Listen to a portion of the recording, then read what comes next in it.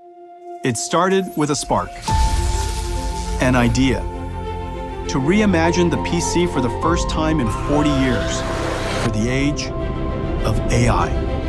What becomes of our personal computer in a world of agents? Agents running natively, connected to models, local or in the cloud.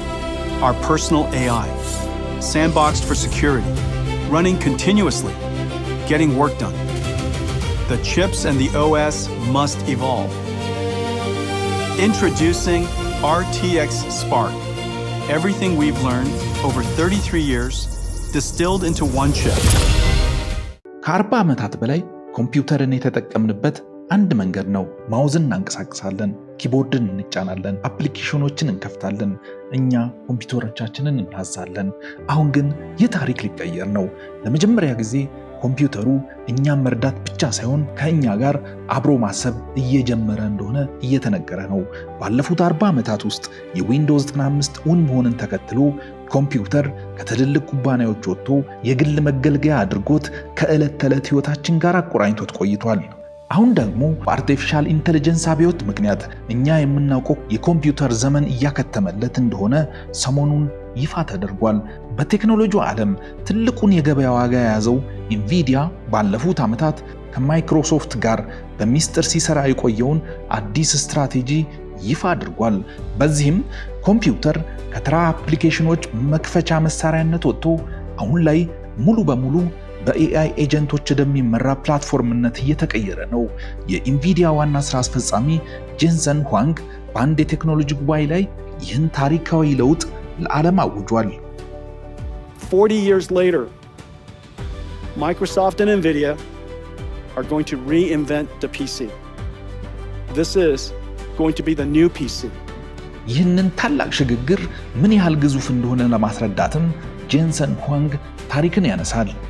ከ20 ዓመታት በፊት ስልክ የምንጠቀመው ለመደወል ብቻ ነበረ። ዛሬ ግን በስማርትፎኖቻችን ላይ ስልክ መደወል የዕለት ተዕለት ተግባራችን ትንሹ ክፍል ነው። አሁን በኮምፒውተራችን ላይ እየሆነ ያለው ልክ ይህ አይነቱ ታላቅ ሽግግር ነው። ኮምፒውተር ከእንግዲህ መረጃ መተየቢያ፣ ታይፕራይተር ወይም ጌም መጫወቻ ብቻ አይደለም። እሱ ከኛ ጋር አብሮ የሚያስብ፣ እኛን የሚረዳና የተለያዩ ስራዎችን የሚሰራ እውነተኛ አጋር እየሆነ ነው ይለናል ጆንሰን። Remember, 15-20 years ago, we used to have an idea called a phone. Today, we have an idea called a PC. Today, when you think about your phone, the one thing you don't do with it is make phone calls. You do just about everything else. And so that phone means something very different to you than a phone of the past. I am certain what's going to happen here is that the PC 10 years from now and the PC that you think about today, a tool whether you launch applications, click and type. And this PC is going to be completely different. ኢንቪዲያ በዓለም ቀዳሚ ኩባንያ ለመሆን የበቃው በትልልቅ የዳታ ማዕከላት ውስጥ ያሉትን የኤአይ ስልተ ቀመሮች የሚዘውር ቺፖችን በመስራት ነበር። አሁን ደግሞ ይህ ጥበቡን በቀጥታ ወደ ግል ኮምፒውተሮቻችን ይዞ መጥቷል። ይህንን ታላቅ ለውጥ የሚመራው አዲሱ N1X የተሰኘው ቺፕ ሲሆን እሱም በRTX Spark ሱፐር ቺፕ መዋቅር ውስጥ የተገነባ ነው። ይህ አዲስ ማሽን አውቶኖመስ ኤጀንት ይባላል። ይህ ራሱን ችሎ የሚሰራ የኤአይ ረዳት እንደማለት ነው። በኮምፒውተሮቻችን ላይ በቋሚነት ይኖራል። መረጃዎችን ለግል ደህንነት ሲል በሚስጥር ይጠብቃል። እንዲሁም ስለ ዳታ ገደብ ሳያስብ 24 ሰዓት ያለምንም ክፍያ ይሰራል። What's going to happen to that PC when it has an autonomous agent? An agent that's helping you, that understands you. You could talk to it, it could look at you, you could ask it to read files, go help you do some research. ይህንን በቀላሉ ለመረዳት በአዲስ አበባ የሚሰራ አንድ አርክቴክት በመናባችን እንሳል። አሁን በምንጠቀምበት ኮምፒውተር አንድን የህንፃ ዲዛይን ለመስራት ሳምንታት ይፈጅበት ይሆናል። ለዚህ ስራ ተብለው በተዘጋጁ ሶፍትዌሮች እየሰራ ስህተቶችን እየፈለገ ውጤቱን ለማላቅ በከፍተኛ ትጋት ይሰራል፣ ይደክማል፣ ይጥራል፣ ይለፋል። አዲስ ተፈበረከ በተባለው ኮምፒውተር ግን ይህ ሁላ ድካምና ልፋት የለም። በኮምፒውተሮቻችን ላይ ላለው ኤጀንት ሐሳባችንን፣ የመሬቱን አቀማመጥና ረቂቅ ስዕሎችን ብቻ እናጋራዋለን። ኤጀንቱ በሀገር ውስጥ ደህንነቱ በተጠበቀ ሃርነስ በተባለ መዋቅር በኩል ክላውድ ላይ ካለው የክላውድ ሶኔት ሞዴል ጋር በቀጥታ ይገናኛል። ከዛም በኮምፒውተሮቻችን ላይ ያለውን ራይኖ የተሰኘ አዲስ ሶፍትዌር ራሱ ይከፍታል። የመሬቱን አቀማመጥ ያጠናል። የህንፃውን ወጪ፣ ምቾትና ጥራት ያሰላል። መዋቅሩን ይነድፋል። የራሱን ስህተት ራሱ ፈልጎ በደቂቃዎች ውስጥ ያስተካክላል። ይህን ሰርቶ ሲያበቃም ሞዴሉን ራይኖ ወደ ብሌንደር ያዛውረዋል። የቁሳቁሶቹን መዋቅር ካስተካከለ በኋላ በፉሌክስ 2 የኤአይ ሞዴል አማካኝነት እውነተኛ ፎቶግራፍ የሚመስል ዲዛይን በተለያዩ መብራቶችና ማዕዘኖች በደቂቃዎች ውስጥ ያቀርባል። ይህ ማለት አዲሱ ኮምፒውተር ያላቸው ሰዎች ሶፍትዌር ተጠቃሚዎች ሳይሆኑ የዲጂታል ረዳታቸውን የሚያዙና የሚመሩ ስራ አስኪያጆች ናቸው ማለት ነው።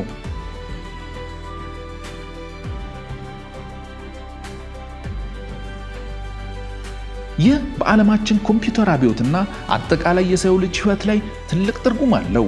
እየገባንበት ባለው የኤአይ እና የኮምፒውተር ዘመን በባህር ዳር ያለ ትንሽ ቢዝነስ ባለቤት የገበያ እቅድ ለማውጣት ወደ ተለያዩ ቋንቋዎች ለመተርጎምና የሶሻል ሚዲያ ስራዎችን ለመስራት ኤጀንቱን በቀላሉ ማዘዝ ብቻ ነው የሚጠበቅበት። በአዳማ ከተማ ያለ የገበሬዎች ህብረት ስራ ማህበር የአየር ንብረትን፣ የመስኖንና የሰብል በሽታን በኤጀንቶች መከታተል ይችላል። ይህንን ለማድረግ ማንም ሰው ኮድ መጻፍ አይጠበቅበትም። ይህ እውን እንዲሆን የኮምፒውተር አካልና አወቃቀር ሙሉ በሙሉ መለወጥ ነበረበት። ኢንቪዲያ እና ማይክሮሶፍት የድሮን የዊንዶው ስርዓት ከትልልቅ የቋንቋ ሞዴሎች ጋር አዋህደውታል። አዲሱ የRTX ስፓርክ ቺፕ 7 ቢሊዮን ትራንዚተሮች፣ 128 ጊጋባይት ዩኒፋይድ ሚሞሪ እና 1 ቴታፍሎፕ የኤአይ አቅም አለው። ይህ ማሽን የእርሶን የግል መረጃ ወደ ሩቅ የዳታ ማዕከል ሳይልክ በሚስጥርና በደህንነት ለማስቀመጥ የተሰራ ሎካል ሳንድቦክስ ማለት ነው። This is the first completely re-engineered, reinvented line of PCs that has happened in 40 years. Now what's really amazing is this. So this is the RTX Spark laptop. This is the desktop. So this one's from MSI. Joseph, this one's yours. Okay, look how beautiful it is. This agent could run 24/7, meter free. And you could download your agent. You could raise your lobster in here. This is your claw. It's running all the time. No meter anxiety. And it's sitting here connected to your whole house, connected to your laptop, connected to your display, all the cameras, your dryer, your water cooler, your water heater, your everything, whatever you want. Your security system, all connected to this, and this becomes your personal AI. በቤታችን ውስጥ የሚኖረን ይህ ሱፐር ኮምፒውተር ከቤታችን ደህንነት፣ ከስራችንና ከንግዳችን ጋር በቀጥታ ይገናኛል። የዳታ መለኪያ ስጋት ሳይኖርብን 24 ሰዓት ሙሉ ይሰራል።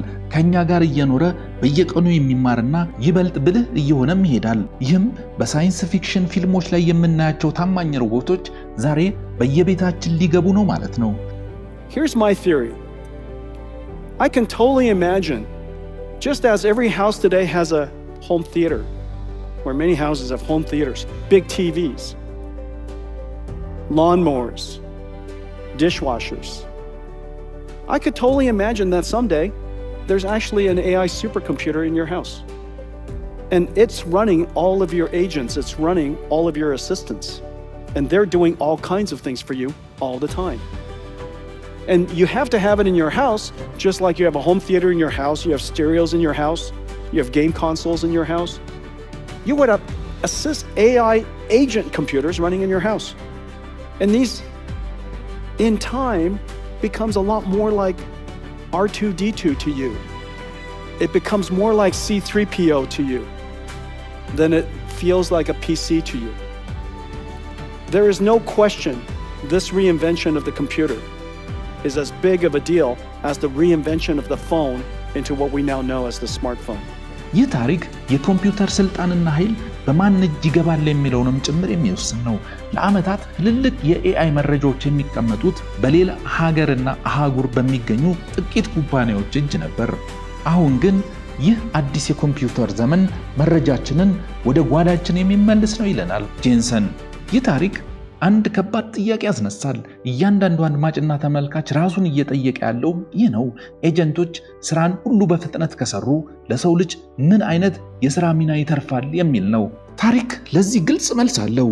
የሂሳብ መዝገብ ሶፍትዌሮች ሲፈጠሩ አካውንታንቶች ከስራ አልጠፉም። ይልቁንም አካውንታንቶች ከእጅ ስሌት ወጥተው ወደ ስልታዊ ማማከር፣ ትንተናና ውሳኔ ሰጭነት ተሸጋግረዋል። የኢንተርኔት መፈለጊያዎች መምጣት የቤተ መጻሕፍት ባለሙያዎችን አላጠፋም። ይልቁንም ሰዎችን በእውቀት ጎርፍ ውስጥ የመምራት ሚናቸውን አሳድጓል። መሳሪያዎች ተቀየሩ፣ ነገር ግን የሰው ልጅ የውሳኔ ሰጭነት ዋጋ ከፍ አለ እንጂ አልቀነሰም። የኤጀንቶች ዘመንም ይህንኑ መንገድ ይከተላል። አርክቴክቱ ስራውን አያጣም። እርሱ ያጣው ሜካኒካዊ የሆኑትን መካከለኛ የሥራ ሂደቶች ብቻ ነው።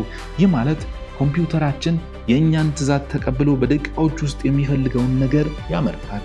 ሰው ግን ይመርጣል፣ ይገመግማል፣ ውሳኔ ይሰጣል። ይህ የምናወራው ታሪክ ስለ አሜሪካ የቴክኖሎጂ ግዙፍ ኩባንያዎች ብቻ አይደለም።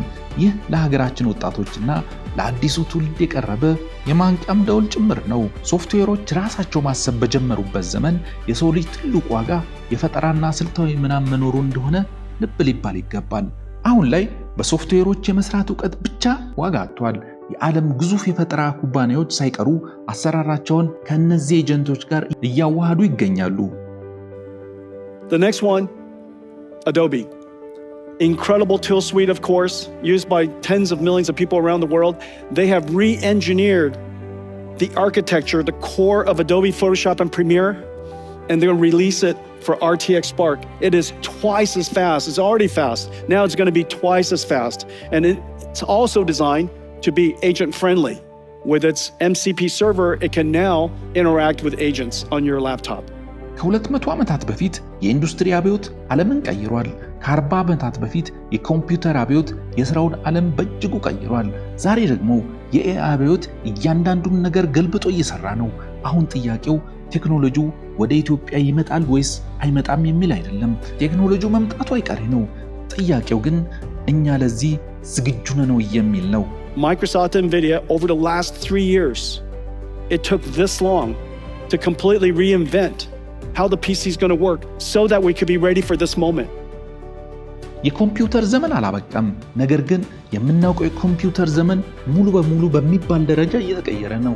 በማውዝና በኪቦርድ የምናዘው ኮምፒውተር ከኛ ጋር በሚያስብ በሚማርና በሚሰራ የኤአይ ጋር እየተተካ ይገኛል።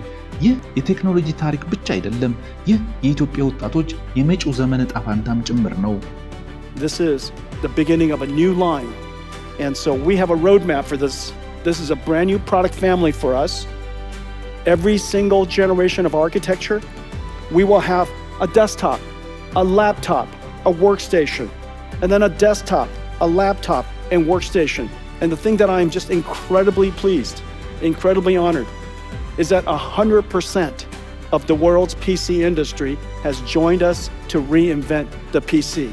A new line, a new beginning. Thank you.